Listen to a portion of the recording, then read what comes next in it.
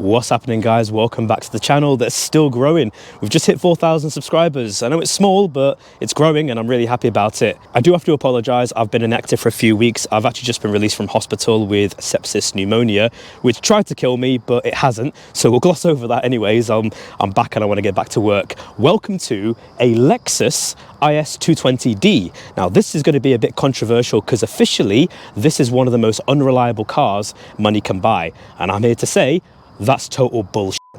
In my opinion, this car gives you the highest level of value for the lowest amount of money.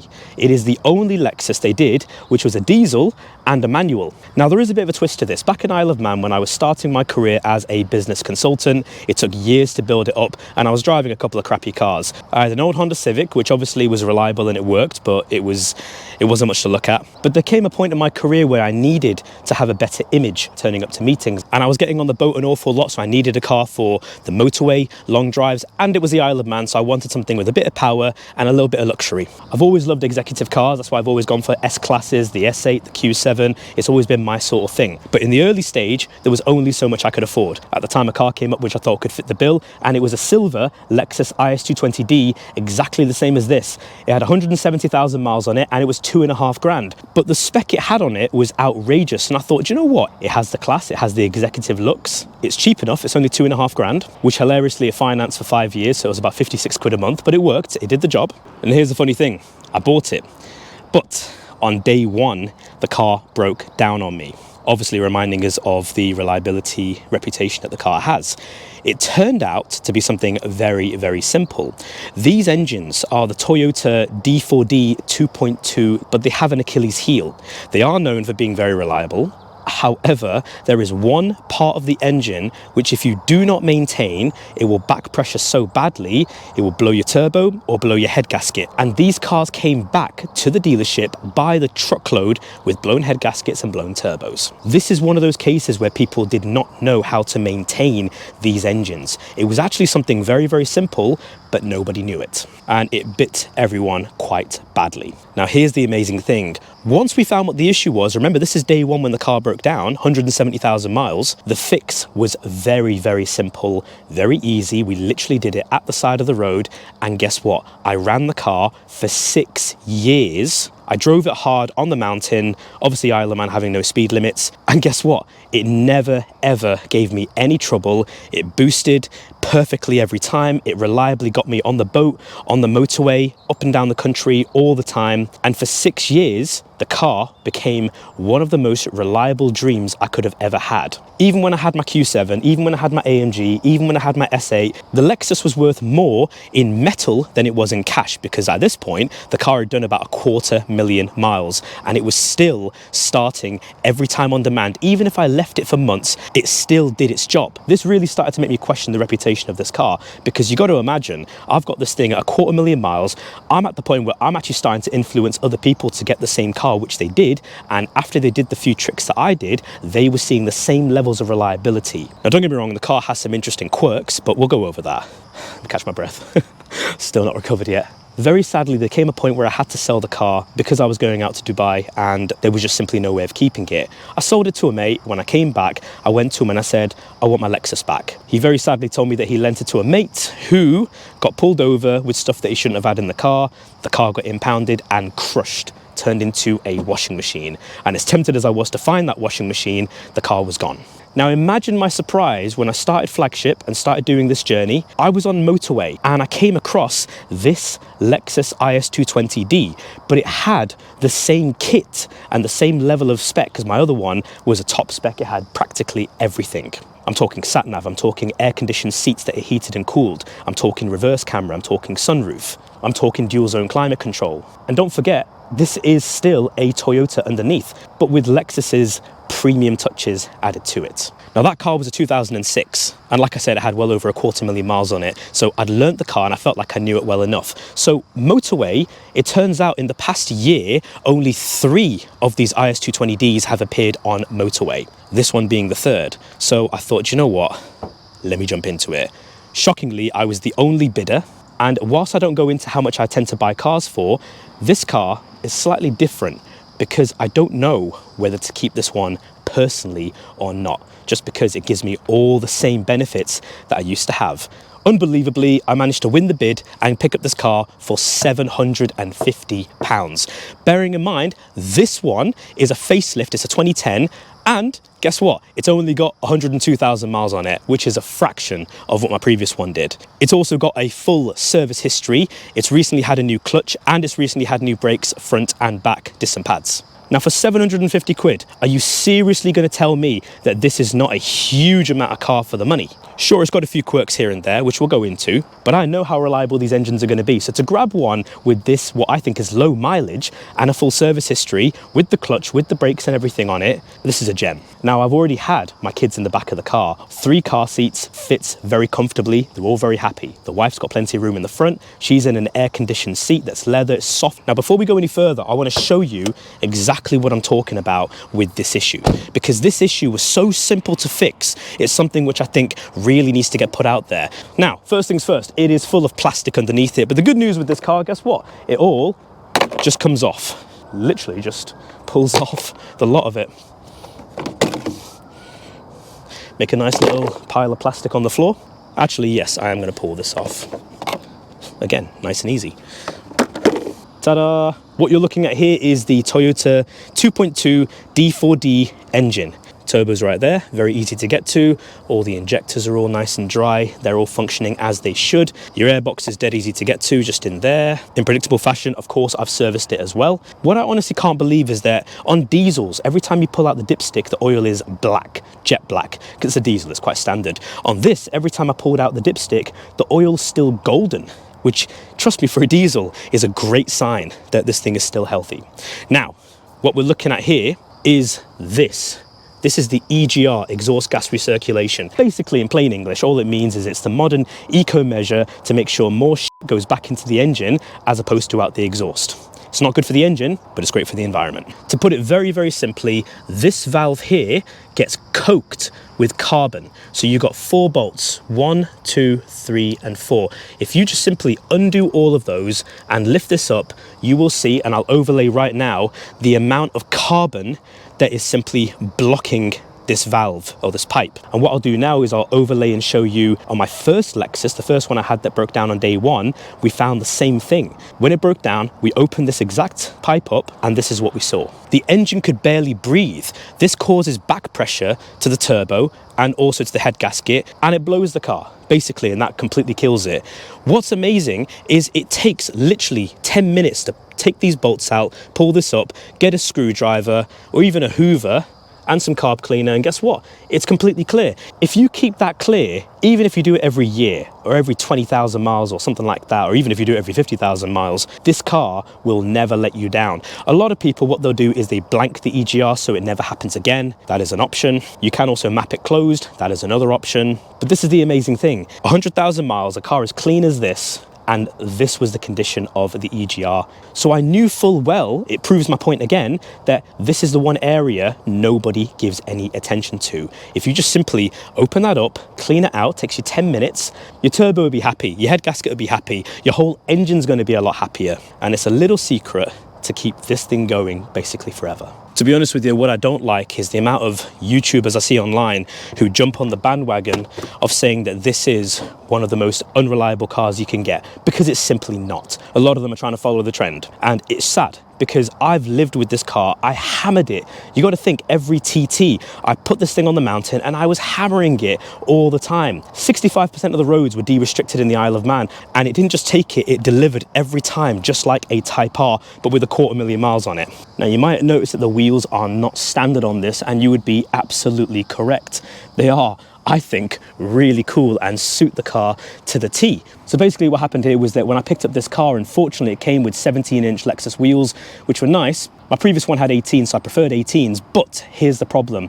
They were so flaked that when I went to go and get them refurbished, guess what? They were so far gone, it would have cost about £400 plus VAT to get them stripped, sanded back. It suddenly became a big job. So I managed to get these wheels, which are from a 2022 Lexus UX SUV, shadow chrome color, 18-inch, and I think they're a lot better. Genuinely, they suit the car way better. It gives it so much character, and the great news is that the fitment is exactly the same. The only detail is that I had to put smaller tyres on the front. I say smaller, they're 225 40/18s, and this is the OEM tyre size for 18-inch on this car. The backs are slightly bigger, but to be honest with you, I'm actually in the process, I think in the next day or two, of changing that tyre and making it the same size as what I've got on the front. But the good news is the speedo calibration hasn't been affected. I've double checked that with the GPS. Oh God, I'm out of breath so easily now, it's not good. Now normally we go into some negatives first about the cars, and you know what, let's just do that. On this rear quarter, it's quite hard to see, but when you go close, you've got this sort of paint cracking sort of thing going on. Irritating, and to be honest with you, like I said, you wouldn't really notice it unless I pointed it out and went close. Now I have had a look into this, and unfortunately silver cars are one of the worst for repairing this sort of thing. Silver cars need to be blended more than most of the colours in order to make it match the rest of the car. Because of that, the quote to have this fully done is £800, technically more than what I spent on the whole car itself. Is it worth it? No, it's not. Let's be honest, is that really going to bother me? No. I can live with that. Back in the Isle of Man, when I had my old Lexus, the plan was to actually give that to my missus as her first car to learn in, and also to obviously have when she passes. Sadly, because of COVID and all the rest of it, the idea was, hang on a second, I can give her this, the original plan, because she loved the original one. Incredibly, the insurance is actually quite cheap. I think it's about £70 a month to have her on her own policy as a new time driver on this car. And bearing in mind, it's good for the family, it's safe, it's got a 5-star Euro NCAP on it as well. But it's going to be at least a few months until she passes, hopefully. So in the meantime, do I keep it? The car handles and feels exactly the way you would want it to. It's the best way to describe it, honestly, because it's rear-wheel drive. So think of it like a BMW in terms of the way it feels. Now, another little detail is that this car comes with halogen headlights, which looks terrible in my opinion, but they are one of the easiest ones to upgrade. And guess what? You can get some really nice LED headlights, which are legal because it's got projector housing. So we've double checked, and it cuts perfectly the way it should. And it really adds a level of prestige to the car. Suddenly means that this car does not look or feel like a cheap banger. And I've also changed the bulb for the full beams. They are LED as well to match. The only thing I would say on this one is do not go onto Amazon and start getting some cheap Chinese LED bulbs. On my last Lexus, I had dozens of them. They all promised 20 million lumens and all these heavy brightness levels, and they all talk shit, quite frankly. The best results I found is to go and get ones from a proper brand. These are authentic Philips LED bulbs, and honestly, the light output from them has been far better. I think the set cost me 40 quid. Now, in terms of the interior, this is where it gets interesting. The last one I had was grey leather. This is black leather. I'm definitely more of a cream leather kind of guy, but you can already see the comfort aspect back here is very, very good. You got Isofix back here as well, and it legitimately feels very, very premium in here. Oh, and the other negative is this door handle is a little bit loose. Still fully works though, there's nothing wrong with it, it's just a little bit loose. I can only seem to find the passenger side, but I'll keep looking, I'll get the driver's side done at some point. Be a nice easy fix. Now we're going to come on to something quite cool with this car, the key. Now this is keyless entry and keyless go, but I don't normally like them on cars because it's easy to fool them, but on this, I never ever once found it get it wrong. So let's throw the keys inside, close the door and lock it. It beeps away. It knows the keys are inside and it won't allow it to lock. Let's try it now. Locks perfectly, no problems at all. Now again, just go and grab the door handle and it unlocks. It just does it in such a way. So it's just nice and easy with this in your pocket. Same with the boot. Now you've got a button here where you push this button. There's a reverse camera. You push this button and the boot opens. But if you haven't got the key, it won't open at all. But with the key in your pocket, it will pop open. Quite a sizable boot. Ignore my bag, obviously. The back seats do not fold flat, but there is a ski hatch. Oh yeah, I had to. Now, if you put a gun to my head and said you had to have one brand for the rest of your life, you can't drive anything else, it would be Lexus, because I know they're built properly and they'll last. They'll just do the job. Now, this one does have parking sensors, which is a beautiful little touch to have. Obviously, I've changed the wiper blades, as is my style, because they were terrible. Now, on the inside, things get quite interesting. Not only have we got a leather wrapped steering wheel with cruise control, but we've got quite a fair amount of stuff. Now, down here, you control your air-conditioned seats, heated or cooled. And you've got push-button start, obviously, which is very handy, fires up immediately, and I do find the range to be very, very accurate on this thing. Here's something you'll find quite interesting. If you turn the air conditioning on and the engine's still quite cold, it will rev up on its own just to try and help out. Dual zone climate control, so you can choose temperatures for the right and the left. You've got the standard Toyota clock, which, let's be honest, will never ever die. Sat nav works an absolute treat. It's a hard drive based sat nav, this one, so it's a bit faster than the previous one that I had. Bluetooth to your phone, which surprisingly has an extra feature, because in the 2006 old one, the speaker for the telephone would only come out the driver's side, but in this more modern setup, it comes out through the whole car, and the microphone is surprisingly high quality, because on the motorway, the missus normally tells me to put my AirPods in, but in this, she had no idea. She said I was nice and clear, even at motorway speed. Ignore my water bottle. The seats are all fully electric, which makes quite a serious difference. So what I can do is I can go into the tach indicator, turn it on, and using this button here, I can choose 3,500 RPM. So I just go to 3.5 and hit OK. And that's it. That warning is now set. So if I rev up to 3.5, I think that's pretty cool. But one thing I have to be really honest about is the comfort level in here. There's something about these seats, because they're soft leather, there's like an element of forgiveness to this. So when you're on the motorway and you're doing really long journeys, it doesn't feel like it wears you out. If anything, quite the opposite. It really feels like you can stay in this thing for a long time. I'll be honest, the fuel consumption isn't amazing. It can do 40s, maybe near 50 mpg, but if you're driving around town, you're going to get late 20s, early 30s. Now, obviously, I appreciate that since I've bought the car, I have done things to it, like the wheels. I've also sorted some tyres out. I've also serviced it, and there have been a few little niggles that I fixed along the way, because some little niggles were broken that I have fixed. Obviously, I've sorted the headlights out, the interior domes weren't working, all little niggles like that that the previous owner just wasn't asked about. They have all been fixed now. And now, the only issues with the car are the ones that you saw.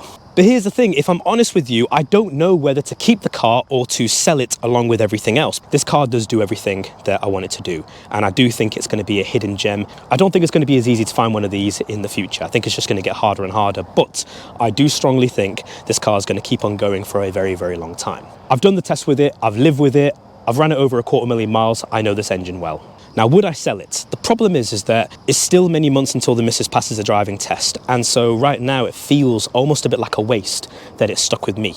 Because obviously I can drive anything that's in stock. Apart from family trips, there's not a lot that I do these days. Now, if anyone actually wants this car, I'm not taking less than £3,000 for it. So if you want it for £3,000, I will let it go. Anything less than that, I'd rather keep it. If by the time the missus passes a driving test, I still have it, it's hers. I'll buy it from the company and I'll give it to her.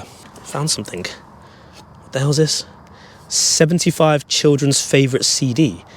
Now, here is something which is quite important with this engine. Let's get it all fired up.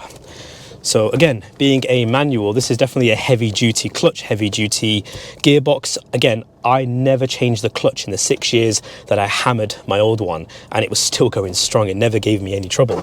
So the fact that the clutch has already been done in this tells me quite a bit. It does have automatic lights, but the problem is that during the daytime, it turns them off, obviously, and then comes back on at nighttime. I would rather have some sort of light on at the front, DRLs, daytime running lights, so I do put those headlights on during the day. The reason is because officially speaking, or statistically, if you have light attached to your car, people register light a lot quicker in their brains than they do dry objects. So the chances of being crashed into actually halve just by having some sort of daytime running light or headlights on when you're driving. So in case you're wondering why I did that, that's why. Okay, again, being a diesel, just foot off the clutch and off we go, no problems at all. So here's something that's going to be quite interesting. Automatic door locks, I love it. Now, I do have a bit of a confession about this engine in terms of there is one more thing that you do need to do with this engine in order to make it as good as it needs to be. The problem is that this engine has a couple of downsides when it comes to driving it, because from factory, the boost point is nearly 2,000 RPM, which is way too high, because drivability at low speeds is really important. If you're at roundabouts and you put your foot down and you're waiting for the turbo to kick in, that's dangerous. It's not really a good thing. And unfortunately, this car does come with that issue. So I highly recommend, I don't just recommend, I've actually done it. I've remapped this car. And a remap on this car, I would actually say, is vital for this particular engine, because the boost point comes down from nearly 2,000 to 1,500, which means the drivability at low speed, when you're changing gear and everything, is that much better. Trust me there. So officially speaking, this car is running just over 200 horsepower now. I think standard is 175. But the thing is, right now at low speed, the drivability is so much better, and the power is really, really good. 50, 60, 70, yeah, it makes a serious difference, this. And rear wheel drive means it handles the way that you want it to. It pulls really strong. A lot of people, especially a lot of kids, I do have quite a bit of fun with it. They'll pull alongside, they'll put their foot down, I'll put my foot down, and they'll be confused as to why they're not catching you up. I've taken it over the mountain many times. I know they're capable. I've actually managed to clock just over 140 miles an hour in this car on the mountain. Now, here's the thing. I did that on a very regular basis, almost every single run, because obviously, you know, we know the course, we know what the car can and can't do. Here's the funny thing. Mark McCann went over to the Isle of Man in his McLaren P1, a hypercar, and he was jumping up and down in celebration at touching, I think it was 142. The very sad thing is, we've done the same speed multiple times in this Lexus diesel on that same mountain road. Now, that shows the difference between course advantage, someone who knows the roads, versus somebody who's there and of course is still crapping themselves at actually putting power down. No offense to Mark, of course, but it's just simply a case of, it proves the point. I don't think that Isle of Man video really demonstrated what his car is capable of. I think he knows that, but still, it was a good effort. The point being, this thing is that capable. We've had it doing over 140 miles an hour with people in the car. I know it sounds reckless, but Isle of Man culture is a bit different, especially during TT. But the remap does make quite a serious difference. You'd be shocked just how much power and how much pull and torque this car suddenly has. Now, bearing in mind, it's still a diesel, it's still a great cruiser. Now, there is a negative on this car, which is very well known, and I have to admit it is true, which is sixth gear. Now, it does have 6 gears, but the problem is 6th gear is such a high ratio that you can't really go into it until you're doing about 80 miles an hour. Because if you go into it before that, then the car just shakes. A map has managed to improve it. It hasn't totally fixed it, but it has improved it. Now, if you're doing a long motorway run, you're on cruise control, there's no traffic in front of you, and you can leave it on cruise control for a good period of time, and you're doing about 70 odd miles an hour, you can put it in 6th gear and leave it there on cruise control, and it is just on that border where it's okay. But if you have relative traffic where your speed is not consistent and you're kind of dipping 60, 70, 60, 70, you know, as is the way with the UK motorways, then 6th gear is useless. You may as well just leave it in 5th at that point. And that's something which, again, is kind of a characteristic of the car that you get used to. The way that this thing feels and handles, being rear-wheel drive especially, the gearbox feels absolutely solid every time. And the fact that it does the family, it's got all this luxury, the comfort levels are outrageous. You know, I've got the heated element of the seat on now via the air conditioning in the seat. It comes out the back and the bottom. It makes such a difference. The soundproofing from the outside is really good. Again, when I was on the phone with my wife and I'm on the motorway, she couldn't hear any wind noise. And the wind noise was very, very minimal, because you've got to remember, it's still designed as a Lexus for elderly people. So it's meant to be comfortable over the bumps, and it is. But it somehow manages to do that while still being able to retain a sporty feel. Enough to a point where you don't feel like the car's rolling in the corners. Like, if anything, I've actually had the back end of this car out a couple of times.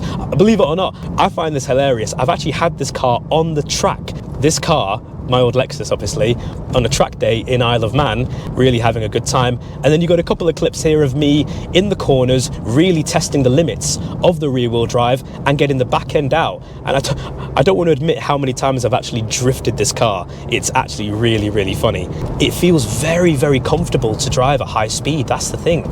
But it's also incredibly comfortable at low speed. This is a really good car. This is the thing. It's such an all-rounder that, especially even as a family car, or, you know, at the time as a single person wanting a bit of image, comfort, kind of ticking every single box. And then you come onto one thing which is very important to me, which is the speaker system.